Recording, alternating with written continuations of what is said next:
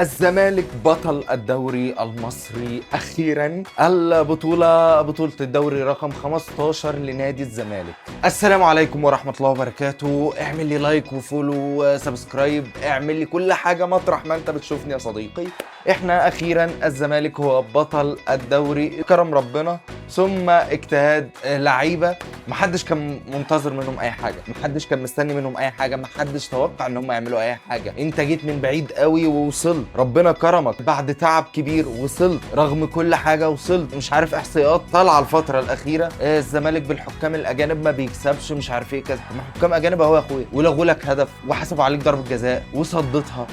انت عملت كل حاجة، انت مريت بكل حاجة وعديت. انت من يومين بالظبط او من كام يوم كنت خسران نهائي افريقيا ورجعت خسران يعني، ونهائي افريقيا نهائي قاري. انت طموحك في الارض، نفسيتك في الارض، انت تعبان. انا اتكلمت وصح لا صعبه، وان انت هترجع ازاي نفسيا، ترجع ازاي في الماتش ده نفسيا، لا صعبه قوي. ايه ده بجد؟ انا حسيت ان انتوا لعيبه تانية نزلت لعبه الماتش ده، لعيبه بتضغط، ما بتستناش، ما عندهاش رهبه، نازلين هيكسبوا يعني هيكسبوا، بيضغطوا. ده الضغط من قدام. تاني اقول مش مشكله معتمد جمال على قد ما هي مشكله اللعيبه والمنتاليتي بتاعت اللعيب نفسه. بص على اللعيب والفرق بين الماتش ده والماتش اللي فات، شوف ايه اللي حصل. لا فرق كبير، فرق كبير جدا. ده غير طبيعي يا جماعه. ده فرقه ودي فرقه تانية خالص. يا لا لا لا, لا. احنا جمال قوي. احنا ضيعنا وتعبنا واشتغلنا. لا الماتش حلو، الماتش حلو، واللعيبه تعبوا واجتهدوا. يا جماعه عواد ايه ده؟ واحد بقاله يعني بص اتقدر بما فيه الكفايه. معتمد جمال نفسه اللي بيلعبه اساسي النهارده هو نفسه كان بيغلط فيه عامه يعني. لو تفتكروا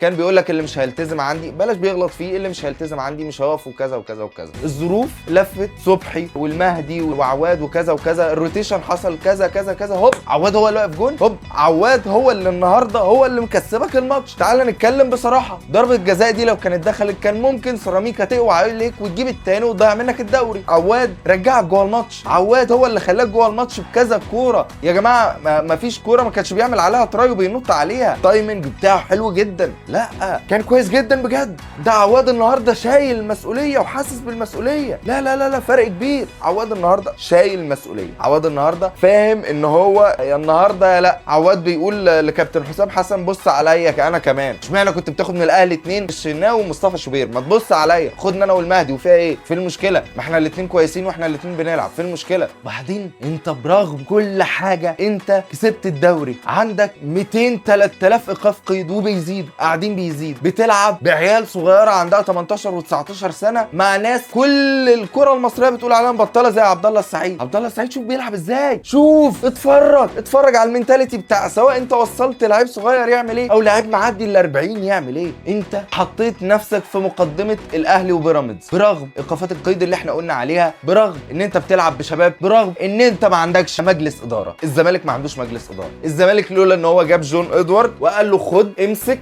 ما كانش زماننا وصلنا لكده. اداره الزمالك هي شاطره في ان هي بتطلع مداخلات وهكذا، وقالوا ايوه انا اللي خلصت، وقالوا انا ما كنتش موافق، والكابتن مين في برنامج ايه وبيتكلم. يا جماعه احنا وصلنا ان احنا مش عارفين جون ادوارد ده بعد فتره عشان هو ما بيتكلمش في الاعلام. هو مصري ولا اجنبي؟ احنا فاكرينه اجنبي، وفي فتره من الفترات افتكرنا ان هو اخرس. ليه؟ عشان مش هراي، مش عايز يطلع ياخد اللقطه. ده راجل جاي يشتغل، ده راجل جاي يشتغل. بس انا عامل صفقات، هتيجي تشتم عليها في الصفقات براحتك، هتشتم عليها في الصفقات براحتك. وانت عندك الاهلي وبيراميدز صارفين بما فيه الكفايه. انت تيجي بتقارن صرف بصرف بيراميدز او بصرف الاهلي. حضرتك انا ما قدرتش اصرف زيهم، ويوم ما فكرت ان انا اصرف جالي كام ايقاف قيد. انا صارف على الورق تمام، بس في الواقع انا مش صارف. انا اللي انا صارفه ده ما دفعتوش، ما قدرتش ادفعه. دفعته منين عشان بتقول عليا ان انا صارف؟ انا ما دفعتش اللي انا صرفته ده، انا ما عندي ايقافات قيد بسبب الصرف اللي انت بتقول عليه. معتمد جمال يا جماعه الراجل ده لو ما اتبناش على اساسه مشروع يبقى احنا فينا حاجه غلط. الراجل ده لازم يتبني على اساسه مشروع الزمالك الجاي، ان انت تطلع شباب صغيرين يطلعوا بعد كده تسوق لهم يحترفوا بره، تجيب فلوس، تجيب لعيبه تانية تسوقهم تطلعهم بره.